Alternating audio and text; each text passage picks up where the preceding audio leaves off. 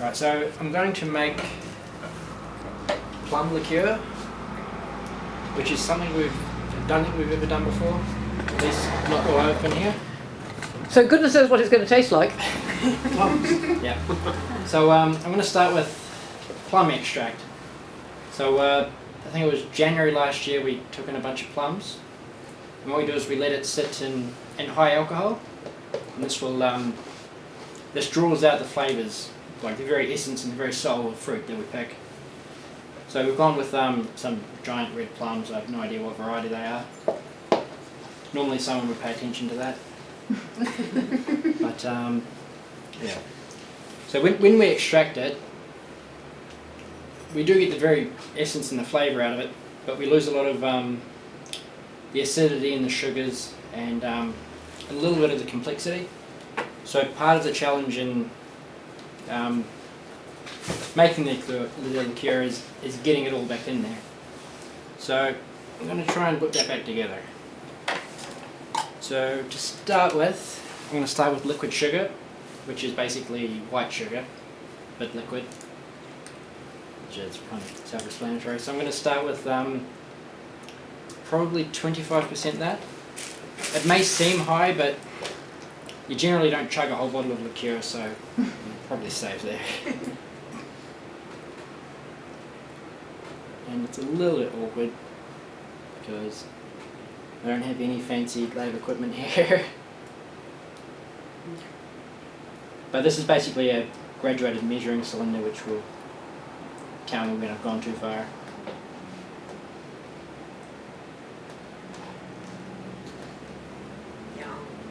So sugar is probably the best flavour enhancer we have. It's also natural, which is nice.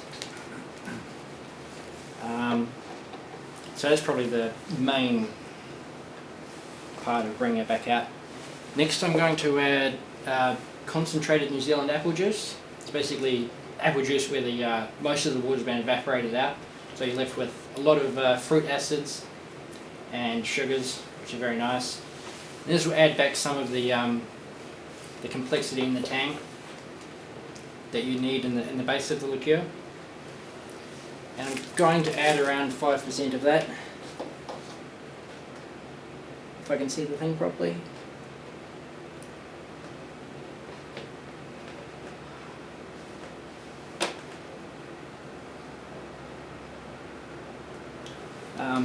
It may sound a bit weird adding apple to a plum liqueur, but the apple note is a very secondary flavour, so it's generally overpowered by anything you add to it, but it'll generally complement any fruit product you add it to.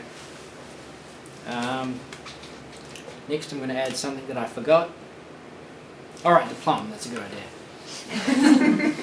So this is the plum extract. It's just been filtered and cleared out. It's got a nice dark red browny tinge to it.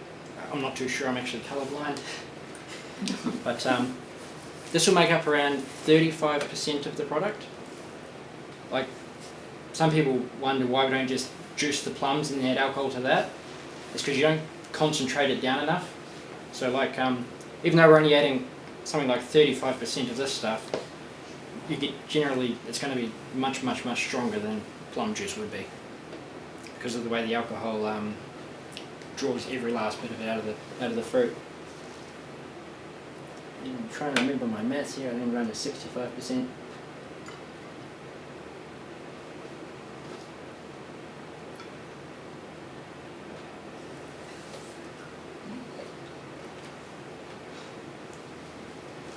Yeah, making the products is actually quite simple to do. The tricky bit is knowing your ingredients, having good ingredients, and knowing how to put them together properly. Which is, yeah, I think that's right.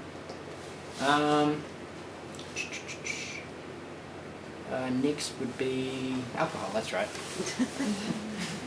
So there's a lot of alcohol in there already from the plum extract. But I need to boost that a little bit with more alcohol, I guess. So we use a very good grain alcohol. We've been using this variety for, well, ever since I've been here. It's very, very good quality alcohol. So we're lucky in that respect.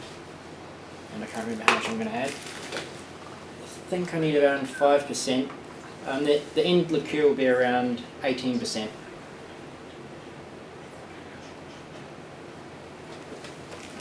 we go. Alright, next. Right. So the different sugars I've added so far, that helps the base note of the product. So that'll be, it's hard to explain actually, I'm doing it in reverse. But, alright, yeah. So basically the sugars and stuff, that adds the base note. The middle notes, I'm going to add some, actually that's the wrong one. So I'm going to add some wine extract.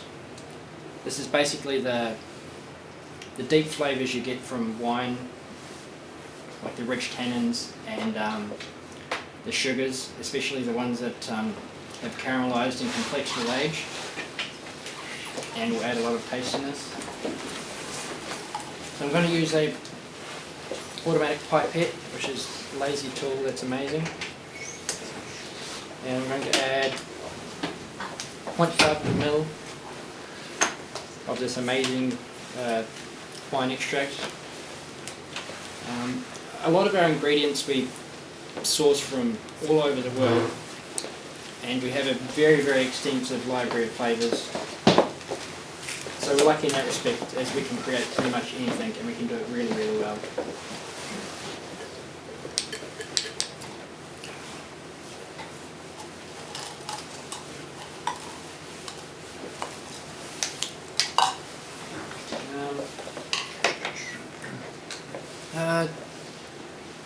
Next I'm going to add a raisin extract.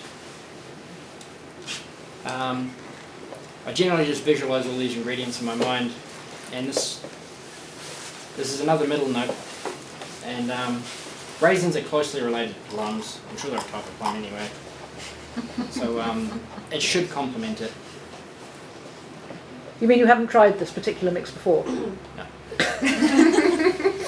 Is this something that you're making up now, or you've actually thought about it before and 5% I generally think about it in advance, and I get a fair idea of what I'm going to do, and then hope it tastes good when I do it in front of a bunch of people. So I'm going to add 0.1 ml of this. I'm happy to be tasting.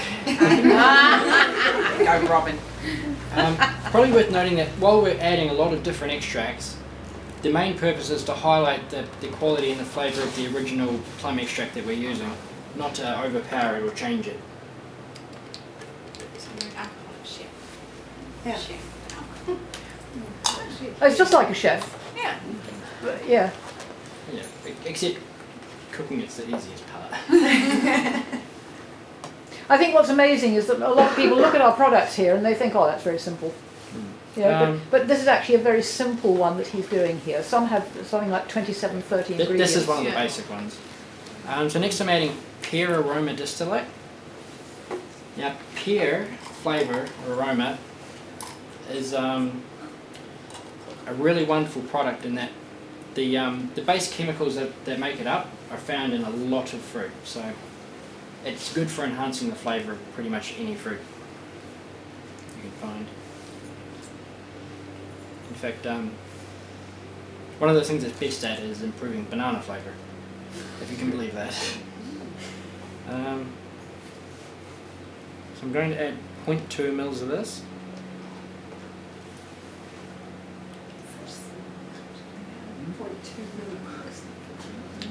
It gets worse. Kids, do you feel a science project coming on here? So the pear will we're starting to move in the top note range. This will affect mainly the aroma and the initial hit you'll get, and it'll tweak it just a bit to give it more airiness and make it taste slightly more fresh, hopefully. Right, next I'm going to add some kiwi fruit top note. Now, when you have a lot of really fresh fruit, you get a nice, I can only describe it as a spritzy feeling in the back of your mouth. It kind of hovers around. Kiwi fruit is very, very wonderful wonderful for doing that. But you have to be very careful with the amount you use, otherwise it can overpower it, which hopefully I don't do. So I'm going to add probably 5 microliters, which is 5 millionths of a litre. Hopefully I've got a long enough thing to get in there. So it's basically maybe a third of a normal sized drop. Just a really, really tiny bit.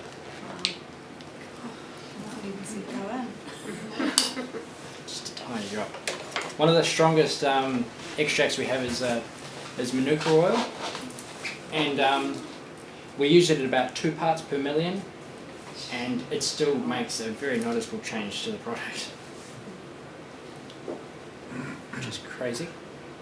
I feel like I'm forgetting something now.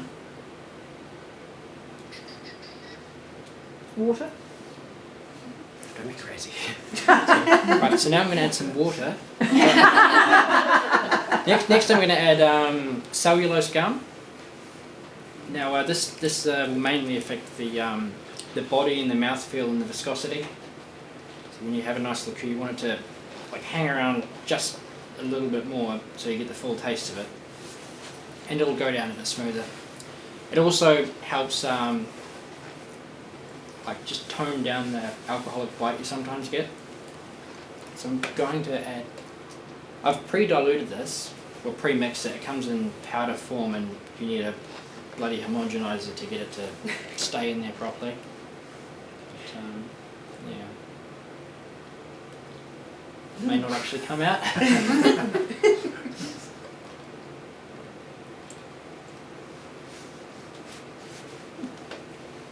Does the order that you're adding it make any difference? Sorry? Isn't eating it as he goes? Normally I just drink it all and then try again. He's very creative by the end of the day. Not very productive though. Do you write it down as you go? Normally I write it down as I go. The few times I don't write it down, it usually ends up amazing and you never find out. Like that aioli that got delayed for nearly a year because I didn't write it down. One last thing I'm going to add is carmine colour. This will just, it is quite nice at the moment, but I just want to give it a bit more vibrancy to the colour. I may accidentally add too much and it will look horrible, but that's something to live with. Let's see what it's made of here. Can I? Oh. It's a very, very old colour dye. Now it's completely safe. It is a very natural colour. But part of the quest and striving for using natural colours is they come from strange places. This particular red comes from a type of insect, I think it's called a cochineal, which thrives on certain cactuses. It's not a cockroach. But you know, sounds It's what the ancient Greeks used to dye their clothes the bright red leaves. And carpets. Crushed beetles, they're little beetles. Yeah. It's like cockroach. Delicious. Yeah. but they are processed in a lab, and it only slightly smells like insects now. But most of the cochineal we get is artificial. And of course, it's very, very strong. So hopefully, this isn't too much. Might have to shake it to find out.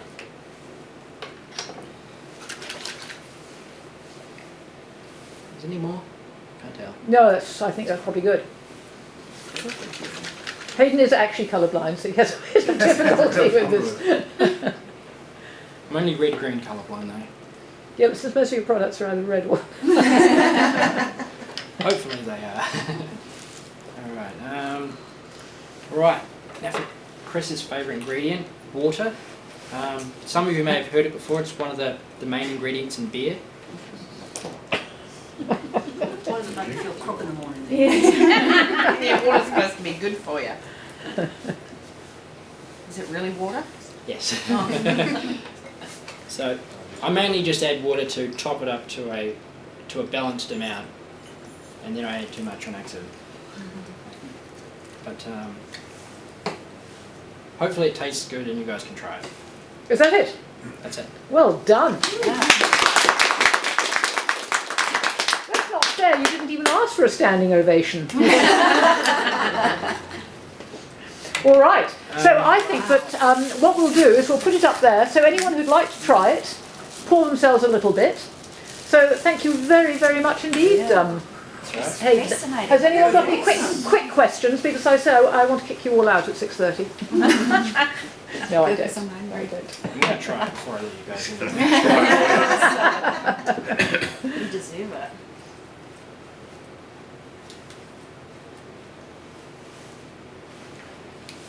Ooh, yeah. Grab the bottle off the table now. Better quickly go and write it down. If it needed something, would you know by tasting it? The aroma is a little bit flat, but that could just be because I'm drinking out of a bloody thimble. I would probably age it in an oak barrel for a bit, just to let the alcohol meld in better, and let the sugars develop a bit more. What you gonna Plum liqueur. Well, that's fascinating. Thank you very much. You see, I mean, everyone thinks it's so simple. Yeah, you just add this and that and done. To be fair, it is quite simple. Yeah, for you. Look at from here. Not for us. All right, has anyone got any questions? Any at all about the life, the universe, philosophy. Why is the sky blue? The alcohol would go straight to my head, by the way. All right, that's fantastic. Thank you very, very, very much, Hayden. Terrific stuff.